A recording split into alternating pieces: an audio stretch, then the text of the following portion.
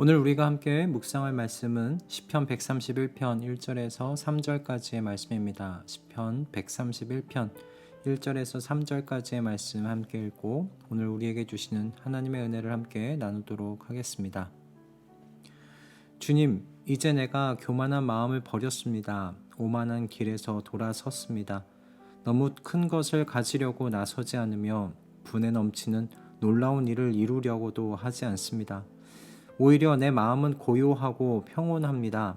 젖된 아이가 어머니 품에 안겨 있듯이 내 영혼도 젖된 아이와 같습니다.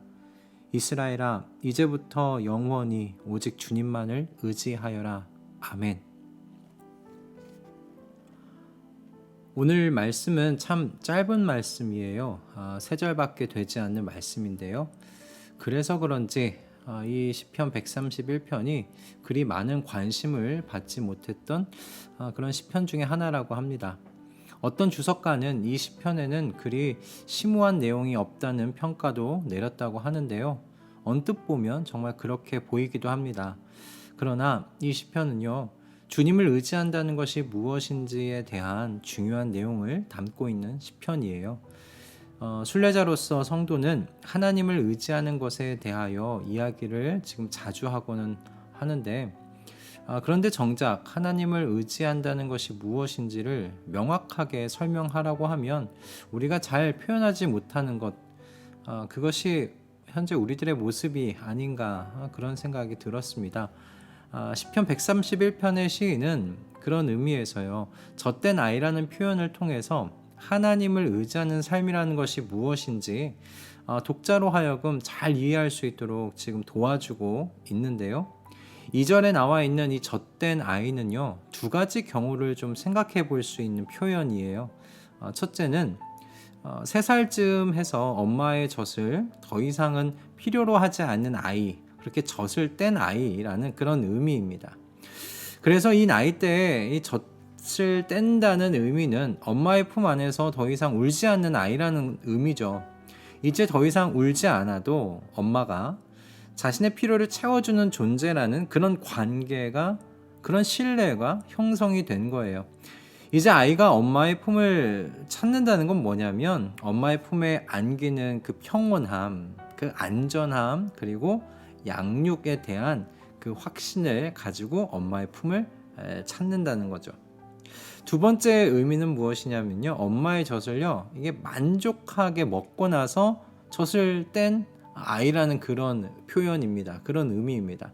엄마의 품에 안겨서 충분히 젖을 먹은 아이를 여러분 한번 상상해 보세요. 아마 그 엄마의 품에서 평화롭게 만족함 속에서 새근새근 자는 그런 아이의 모습이 여러분 상상되지 않으십니까?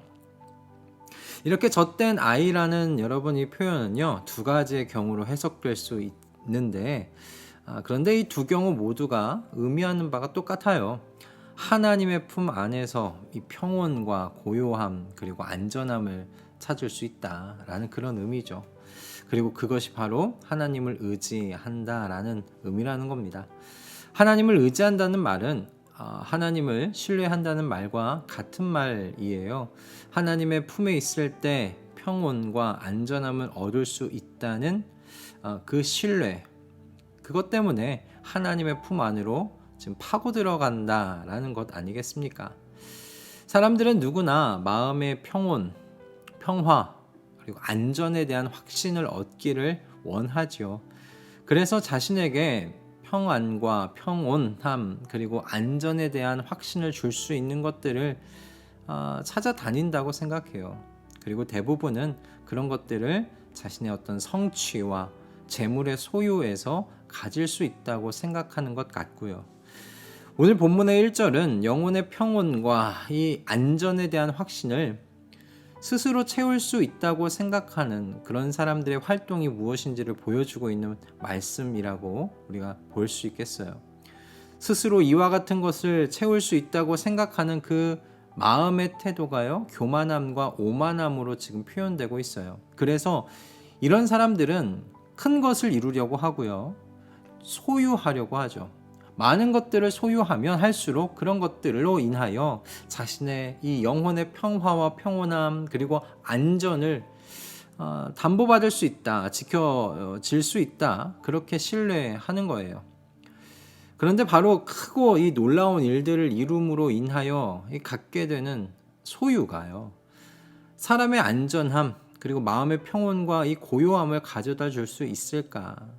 그럴 수 없다는 것을 세상 사람들도 저는 알고 있다고 생각이 들어요. 그러나 다른 길을 모르기에 불을 향해 뛰어드는 나방처럼 그 불 속으로 향해 나아가는 것이죠.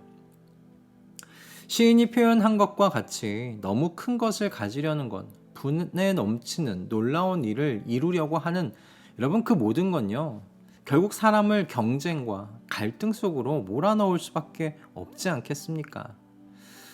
오늘날 우리가 살아가고 있는 이 자본주의 사회는 철저하게 경쟁하는 사회죠. 큰 것을 이루기 위해서, 놀라운 일을 이루기 위해서 정말 다양한 사람들과 경쟁을 펼쳐야 하잖아요. 그리고 그 경쟁에서 이길 때 비로소 기대했던 것들을 소유할 수 있지 않습니까? 하지만 여러분, 이 경쟁이 정말 한 번으로 끝나나요? 그렇지 않아요. 인생의 필요와 욕구는 한 번의 체험으로 끝나지 않기 때문이에요. 결국 사람은요, 지속적인 경쟁과 갈등 속으로 내몰리게 되는 겁니다. 이런 환경 속이라면 말이죠. 그래서 이런 환경 속에서 사람은요, 절대로 평온함, 고요함, 안전함 누릴 수 없어요. 하나님의 나라를 향해 나아가는 순례자가 가지는 여러분 신뢰는요, 엄마가 아이의 결핍을 채워주기 위해 젖을 물리고 개입하여 주는 것처럼 하나님께서 그렇게 성도의 개인의 역사 속에 개입해 주신다는 그 신뢰라고 생각합니다. 그리고 그 결과 성도는요, 아무것도 사실 결정되어 있지 않은 이 카오스와 같은 순례길 속에서도 신기하게 평화와 평온함, 영혼의 이 고요함, 그리고 안전함을 누리면서 순례길을 걸어간다라는 겁니다. 참 신기한 일이라고 생각이 들어요. 그래서 시인은 소유와 성취 안에서 이 평화와 안전을 찾지 않고 하나님 안에서 젖된 아이가 엄마 품에서 누리는 그 평화와 고요함, 그리고 안전에 대한 확신을 얻을 수 있다고 지금 자신의 그 경험을 토대로 지금 이야기하고 있는 거죠. 그러니 사람들에게 권면하고 있는 겁니다. 권유하고 있는 겁니다. 이스라엘아, 이제부터 영원히 오직 주님만을 의지하여라. 아멘.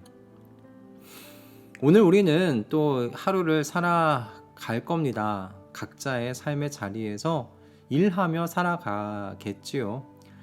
여러분, 그 삶의 자리를 충실하게 부지런히 살아가세요. 그러나 여러분이 그 부지런함을 통하여 이루는 여러분 그 모든 것들을 통해 여러분의 내면의 고요함과 평온함 그리고 안전을 담보받을 수 있다, 소유할 수 있다 라고 여러분 여기지 않았으면 좋겠습니다. 시인과 같이 오늘 그래서 수시로 엄마의 품 안으로 파고드는 아이처럼 하나님의 품을 향해 파고드는 좀 내가 되게 해달라고 우리가 그렇게 기도하면서 이 하루를 시작했으면 좋겠어요. 하나님의 품 안에서만 오직 평화와 평안 그리고 안전을 누릴 수 있다는 이 확신을 우리의 심령 가운데, 우리의 마음 가운데 하나님 주셔달라고 그렇게 기도하며 이 하루를 시작했으면 합니다. 어린 아이와 같이 여러분 그 어떤 의심도 없이 하나님의 품을 향하여 나아가는 우리 모두가 되기를 기도합니다. 기도하겠습니다. 주님, 오늘 우리에게 젖된 아이의 모습을 생각해 보게 하셔서 주님을 의지한다는 것이 무엇인지를 생각할 수 있게 인도해 주셔서 감사합니다. 성도가 누리는 평화와 안전에 대한 신뢰는 오직 주님의 품 안에서만 누릴 수 있는 축복임을 한순간도 잊지 않게 하여 주시옵소서. 소유와 성취를 통해 평화와 안전을 얻을 수 있다는 이 세상의 속삭임에 흔들리지 않는 강인한 믿음 갖도록 주님 도와주시옵소서. 어린 아이와 같이 주님의 품을 향해 오늘도 달려가는 우리 모두가 되게 하여 주시옵소서. 예수 그리스도의 이름으로 기도드립니다. 아멘.